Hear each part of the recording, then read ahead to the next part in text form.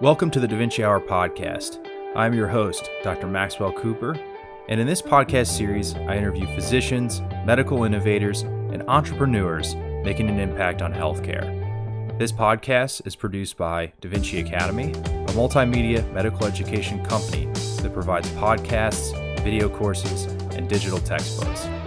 You can see more on our website, www.dviacademy.com, and our YouTube channel, youtube.com/c/DaVinci Academy Med. Hey everybody, welcome back to the DaVinci Hour podcast. This week I'm honored to be joined by Dr. John Whyte, the Chief Medical Officer of WebMD. Dr. Whyte, thanks for joining us. Really appreciate it. Sure. And I'm honored to join you. I'm impressed right before as we were chatting with all that you've accomplished. So kudos to you. Thanks for having me. Thank you. I appreciate that. So I guess, maybe give us a little bit of a brief background of, where you went to school, where you did residency, and kind of what led you to your role at WebMD now. Yeah. And I have to tell you, it wasn't planned in grade school and high school that I'd be part of a, multimedia platform. Originally I thought I was going to be a surgeon. I always knew I wanted to be a doctor, but I thought I'd be a surgeon. I went to college at the University of Pennsylvania, studied chemistry. Back then, everyone studied sciences to get into medical school. I don't, can do any chemistry I think right now. And then I went to Hahnemann, which is also in Philadelphia. I took some time between second and third year. Sometimes people do MD PhDs. I did a master's of public health at Harvard at a time when MPHs weren't that popular.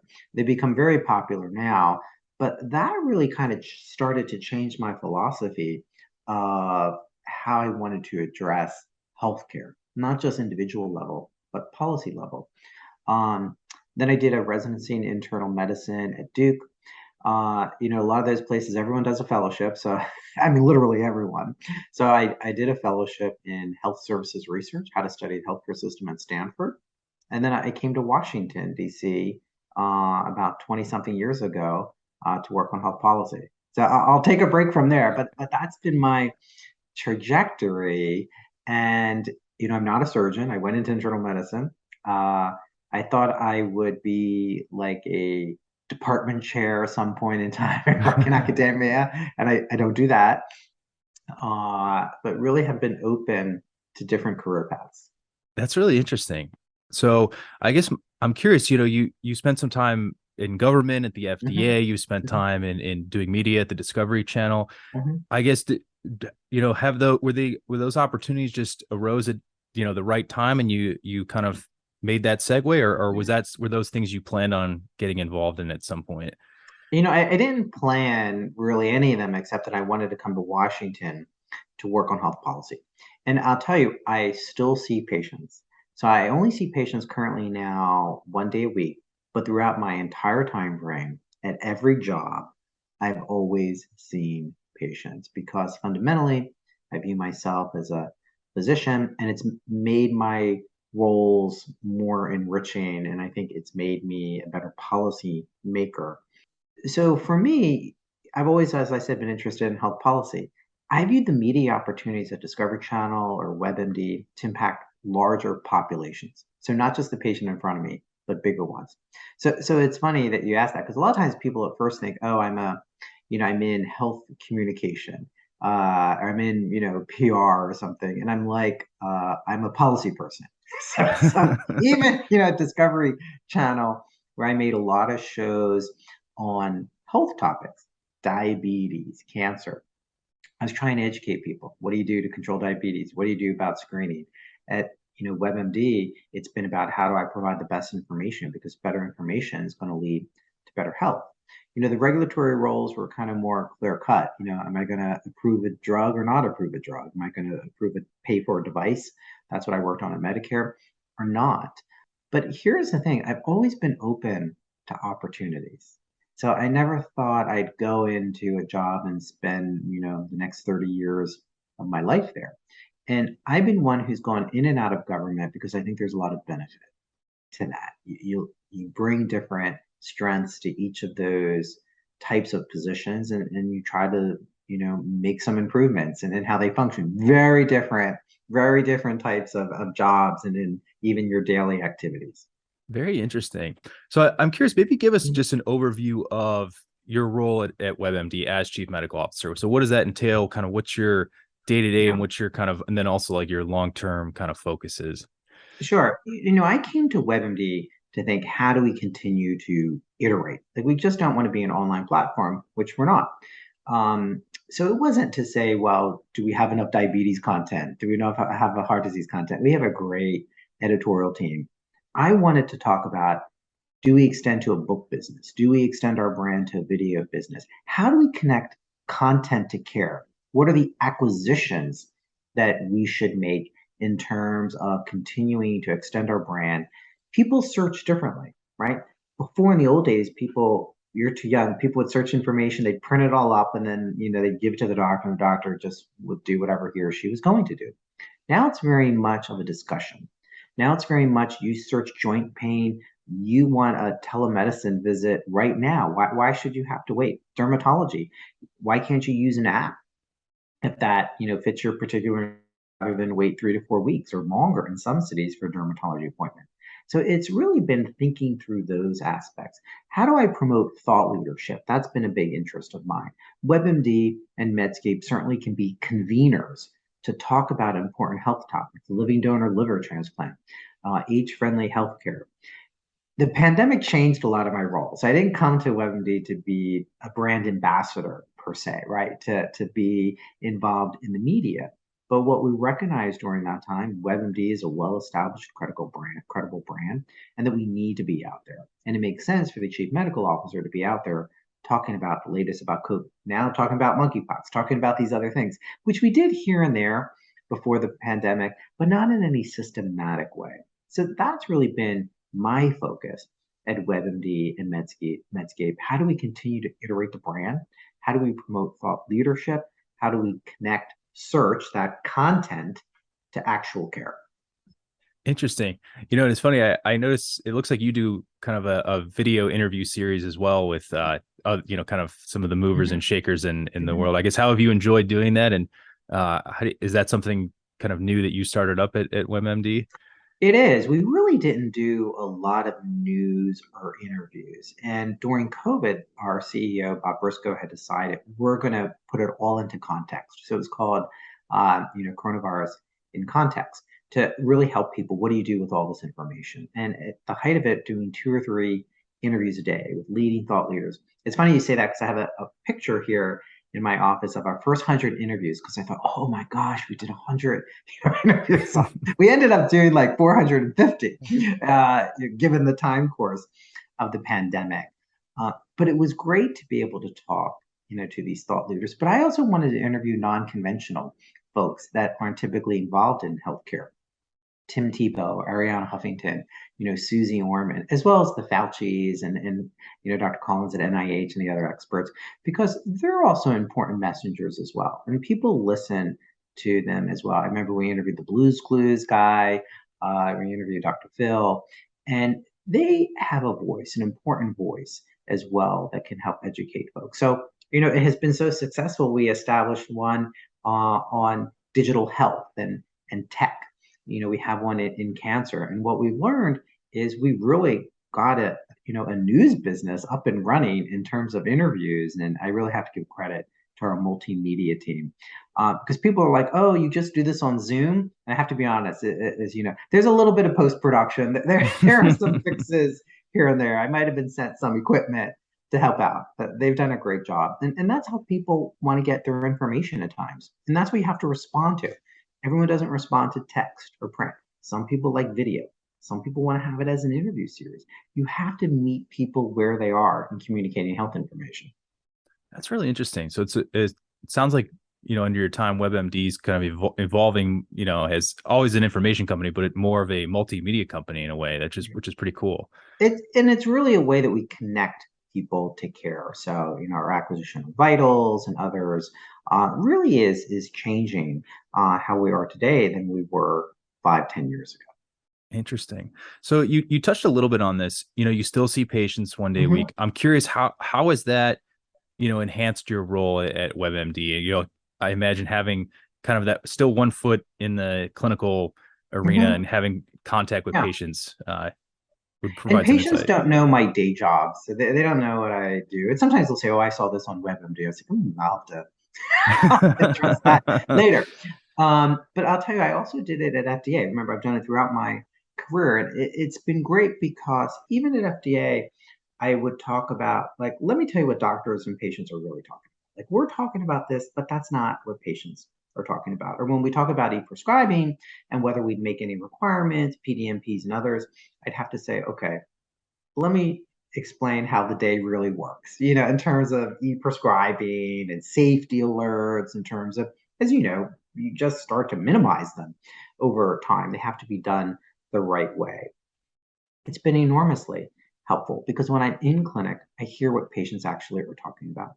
I remember when I worked at Medicare, and here I am working at Medicare, and I'm thinking as a physician, how do I code these things? And like I'm involved in that. But when it comes down to the actual day to day, I'm like, oh, whoa, wait a second. What level is this? I hear what they're talking about in terms of drug costs and others. I recognize when they search how that impacts their behavior because they come in. And I always ask patients nowadays, did you Google it? What are you concerned about? And I wish I had done that longer because then they'll tell me and I get a good sense of what they're concerned about or what's on their mind. And I just have always liked seeing patients and I feel it makes me better in my roles. Now, I'm going to be honest, it takes a lot of work to plan these things. It's like having two jobs that day because when early in the morning and late at night, I have a lot of emails to answer. And I'm still doing it. Some days I do wonder, like I saw patients yesterday, which I should keep doing this. Uh, but I do because I think it makes me better in my roles. And I do stay up to date because sometimes every now and then I'm internal medicine. People will say to me, is it safe? And I'm like, yeah, it's outpatient. It doesn't change that much. I try to stay up to date. I keep passing the boards, so I think I'm good. That's awesome. No, that's really interesting, that you've kept doing that because some people I imagine be like, oh, why don't you just do full time? But I think, Yeah, one, it's I get it, as a clinician myself, we train all these years and we like yeah, taking care of patients and seeing that's right. I patients. like it. Hmm. And then obviously it provides you, like you said, frontline Yeah, exposure to what is, really going on in healthcare and kind of also the pain points that people may feel or misinformation that may be out there or anything like that. And that's interesting. I'm curious, what do you think has been the greatest benefit of, the internet and multimedia making health and medical information so accessible? And then on top of that, what's been, you think, kind of some challenges that have arose from that? I think it empowers people. It, in many ways, can be an equalizer. I mean, there are issues of cost and access and high-speed internet, which is getting better. But it really changes the physician-patient relationship where the physician was all-knowing, very paternalistic. I tell you what to do and you do it. Whereas now, patients can learn much more about their disease condition, or they can, do like our symptom checker and others, put their symptoms in, get some sense of what they might be having. It allows a great sense of community. So you can talk to other people with heart disease, other people with diabetes, other people with cancer. I think that is a huge game changer because we know that's what people want to do. They want to talk to other people. So that's been enormously game changing in terms of the relationship and empowering patients with knowledge. And as I said, if you get better information, you're going to have better health. And let's be realistic, patients forget, more than 50% of what the doctor said to them when they leave the office. So they need to have another credible source of information. The downside to your point is the same thing. There's a lot of misinformation on the web, and people don't always know how to choose credible information. And I have patients say to me, oh, I went to a website, I went to a blog. I saw a patient who sadly microwaved hydrogen peroxide and put it in her ear because she had read that on the internet. She ended up with a bad burn on her ear. And I'm like, why did you do that? And say it like that. And she's like, I read a blog. And I was like, anyone can have a blog. That doesn't mean they're an expert. A patient yesterday was asking me a lot of questions about chlamydia. And I was glad it was a telephone visit, but I was glad she called because she's like, I'm seeing so many different things in terms of what do I need, post-treatment? Do I need to be tested, retested? When can I be sexually active? And I thought, good for her, a young woman, 19 years old, um, getting credible information. And I did say, what sources did you go to look? And it was telling me, she's like, I'm not sure. I said, did you go to CDC? She's like, I'm not sure. And I thought, okay, well, we have to go over. How do you tell? How do you know? And she's like, I don't want to listen to my friends anymore. I'm like, good idea, because I don't go to doctors. But this is the whole point of how do we make sure we get credible information? Because sometimes on the internet and in social, and they're working on algorithms, even if I say a lot of negative things on your post in mean comments or other things, in search it's going to be elevated because it's going to have a lot of engagement. And then people are going to see that. So we have to address some of those issues because in health, misinformation can cause significant harm to you personally. And that's what we forget. Yeah, absolutely. It's interesting when as I told you before we started recording, I Mhm, spent a lot of time in Ohio, and I worked at the Cleveland Clinic for a little bit. And I remember there was, I think it was a cardiac surgeon, and you may even be familiar with this book. There was a cardiac surgeon and a cardiologist that got together and wrote a book. I think it was mhm, called The Heart 411, if you've heard of that. mhm, And I remember they said their main motivation is that they just one night for the heck of it Googled, mhm. what was out there for hard information. They said they were shocked at Yeah. how much misinformation and how much false, just completely Mm, untrue. And so they wanted to essentially set the record straight. So I think you make such a great point on that. It's not just providing information, but and not just information that people maybe engage with or find amusing, but information that's both credible and accurate and helpful. No, that's interesting. I was looking it up. It's Steve Nissen, and another physician. But it's a great point. I guess going off of that, given your background that you've worked for a variety of organizations, as we Mhm, talked about, you've been in academia, obviously, when you're in residency and fellowship, and then you worked for a couple of different government agencies, mhm, and then now you're in the private sector and mhm, still practicing. Where do you see, because some people go obviously to places like WebMD for their information. mhm. Some people go to the CDC, some people go to, other resources. Where do you see kind of those different sectors when it comes to providing information? I'm just kind of curious on your Yeah. thoughts on that. I think the CDC site overall gives good information, government sites. And I say this from working in the government, but they're always not as effective in communicating that health information well. It's not always in plain language. It tends to be very text based. We know a lot of people like to learn by videos. They may not often be elevated in search in terms of, one of the top three or four. People don't often scroll down on their phone. We know people are using mobile primarily to search. So they have a critical role. But part of it, nowadays has been trust. And in the past, everyone would say they trust the CDC, they trust the FDA. I think we need a lot of rebuilding of that. On the physician side, I think we all know good sites to go to. Many of them, are fee-based in terms of we get them through our health system. Much of it is peer reviewed. So that's different for us. I wish more consumers could have access to it. And everyone's at a different literacy level as well. So, I think places like WebMD, what I'm very proud of, we review every piece of content on our site. And if you look closely at the end of the page, it'll tell you who reviewed it with a hyperlink and it'll tell you the date. And the date is very important because things can change. So you want to know, are you reading something from 2014? Are you reading something from 2022? Uh, Most sites don't do that. And we really should think about how we empower people to really know what's credible and what's not. That's interesting.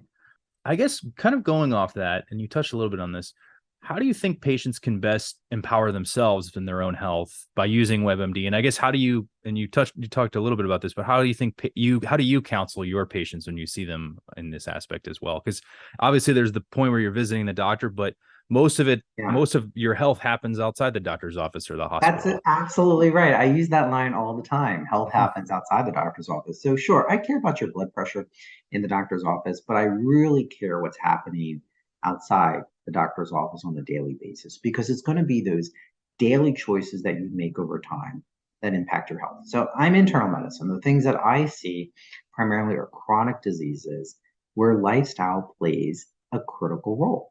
And it goes back to information. There's so much misinformation on diet. There's so much information on exercise, so many fads. Everyone's trying to make a buck. So how do we help people understand what are those important principles when it comes to healthy eating? What are those important principles of, physical activity? And I'll tell you, diet and exercise are huge sections on WebMD that people come to because they want that credible information that's not about losing 10 pounds in the next month, but about looking over time where you're going to be. So I'm really trying to empower people and saying you have a lot of control over your health. And for many people, that's a change in mindset. And you may not even know, I wrote these books called Take Control of Your Heart Disease Risk, Take Control of Your Cancer Risk, Take Control of Your Diabetes Risk. Most of those are not caused by genetics. There is a genetic component, but most are not. So how do you change lifestyle? How do you address sleep? How do you address stress? How do we help people understand that? So there's so much conversation nowadays about patient centricity. How do we make the patient the center of care? How do we address patients' expectations? And this is great. But patients also have to play a role in their own care as well. The other thing I'm excited by are the number of wearables in terms of getting the amount of data in terms of your heart rate, your sleep score, your heart rate variability, your steps. I always tell patients, let's look at trends over time, right? So they're not medically grade. There's going to be permutations of, your 50 fewer steps one day. Don't get, agitated by it, but it's still good to collect this data over time. We need a better way to package that and give it to the doctor. So we don't have to, there's no way we can go through their phones and their logs to sort it all out. It's interesting. Do you foresee, in a sense, prescribing, either some of these apps or wearables as kind of a new wave of both digital health, but also just kind of helping patients empower themselves? I personally think insurance should cover some of these devices or apps, at least for a period of time, because we don't want those people who are already well secure financially to be the only ones that can afford it. So I'm a big supporter of continuous glucose monitors, even for patients with prediabetes, certainly with type 2 diabetes. Right now, a lot of times insurance only covers it if you're on insulin, which really doesn't make a lot of sense, because if I can give them the feedback in terms of their food choices and their activities, that's going to change behavior. And I wore one for a month. I don't have prediabetes, but I was interested in how it worked. I was impressed with the data that it gave.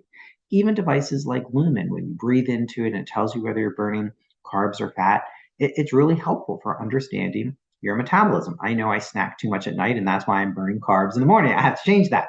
But the point is, everybody wants their own data, right?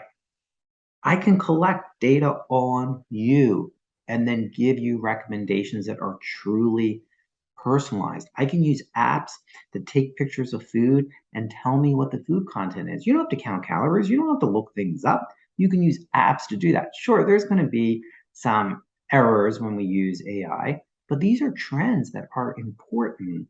And what I want to see is that more people have access to it. That's, I think, is going to be the future when we're saying we can use this data. And I think wearables are going to continue to get better. Right now, it's really like smart jewelry. I have one. I wore a ring for a while, but I think they're going to be embedded in our clothes. We're starting to see some of that for remote patient monitoring. There's something called nearables, right? So not a wearable, but you have the device close to you and it'll collect your data, particularly on sleep. So lots of exciting. I've been talking to someone about tattoos that you can wear that'll be sensors to measure blood pressure, because that's been a variable that's hard to measure. But think, if we could get, instead of ambulatory blood pressure monitoring, which nobody wants to do, but, this continuous reporting of blood pressure, even better than heart rate in terms of reducing cardiovascular disease. So I think there's a lot of promise, but we need to make sure that those people who don't have financial resources aren't left behind. That's fascinating.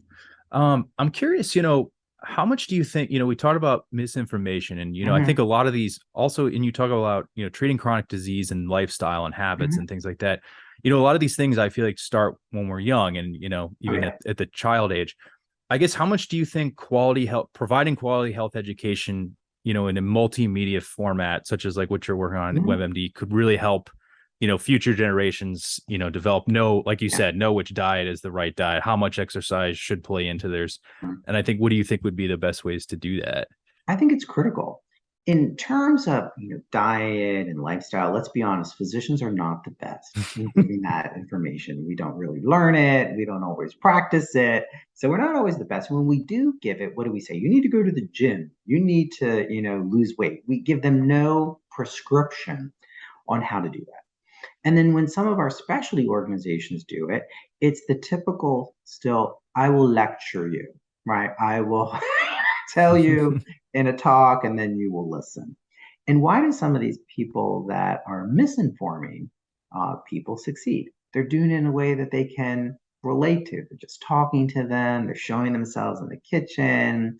They're promising, benefit. And we need to do better in terms of meeting people where they are. And that's what I said to you. Some people like to see a slideshow. Our slideshows are very successful on WebMD. Some people want to watch a video. Some people want to watch, just someone else like them talking to them about it, or be part of a community as part of maybe it's a Facebook group or another type of group, but they're going to watch it through Reels. I think what we need to do in terms of healthy lifestyles is use all those platforms. But here's what often is missing, even when healthcare workers go in that space.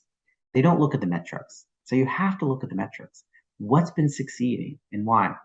If I asked, 5 doctors my age, right now about a video, they'd all want to talk for 10 minutes. And I'd be like, that's not how, consumers are going to listen on a health thing. You got to make it more interesting. And, it differs because health providers on Medscape, they're going to watch it because that's how we learned and that's how we like to learn as well. But that's where we have to be. We really have to be multimedia, but it's multi-platform that's driven by metrics.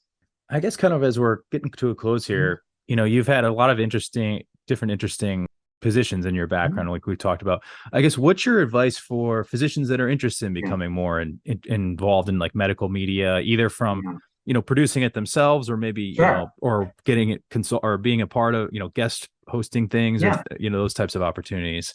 And a lot of people, are posting and creating. I don't. If I wasn't already in my role, I don't think I could get in my role, given the amount that younger physicians know. So a couple of things. One, I would say, is I've always been open to ideas. I never was this mindset, I'm going to do this and I'm not going to consider anything else. It took some time because I thought, media, sometimes people are dismissive of it, but you can reach a lot of people that way. And that matters. The other thing that I've done that I'm always responsive to is to reach out to people. A lot of people reach out to me on social media and LinkedIn and say, hey, I want to write for WebMD, or I want to write for Medscape, or I want to interview you. I have a podcast like you do, or others. I'm pretty responsive, and most people are. And that's important to do. I always used to do that. I told someone recently, but it was old school. I used to write letters. I'm going to do an email. So I respect that when people reach out, and I think others are as well. And in many ways, you have to create the opportunity. So the role of chief medical officer didn't exist at WebMD prior to my arrival. There was a chief medical editor. There were some other roles, but I helped craft it. And that's what people can do as well, especially nowadays, help craft the role and find balance. Early on, you may not be able to substitute a media career for the income that you need. So how do you balance it and find time to do it? But there's so many more opportunities, and we definitely need more physicians and other health workers involved in media. Excellent. My last question, we ask everybody this: what do you do outside of your work to kind of help you balance your life out? Yeah. So I have young children, 2 young boys. My youngest is learning how to play cards. So wow. lately, I've been doing crazy eights. Remember that? And war. Yeah. He's still at the age where he cheats. But that's a lot of fun. So I've been playing cards, or not, with 7-year-olds, and I'm actually trying to learn more French. So I have a couple conferences that I'm going to over the next few months in Europe, and I thought, it's good to learn another language. Keeps your brain healthy. So I'm trying to learn a little bit of French. That's awesome. Well, Dr. Whyte, thank you so much for taking time out of your very busy schedule to join us Absolutely. on the podcast, and really appreciate a really interesting conversation, and enjoyed hearing more about your unique background and what you're working on at WebMD. Well, thanks for having me. And people can always reach out to learn more. I appreciate it. Thank you for listening to this episode of the DaVinci Hour podcast, presented by DaVinci Academy. Please be sure to subscribe to our YouTube channel and follow the podcast on your podcast platform of choice to catch the latest episodes. Please leave a comment or a review and share it with a friend. Lastly, you can find all of our podcasts, video courses, and books on our website, dviacademy.com. Thank you for listening.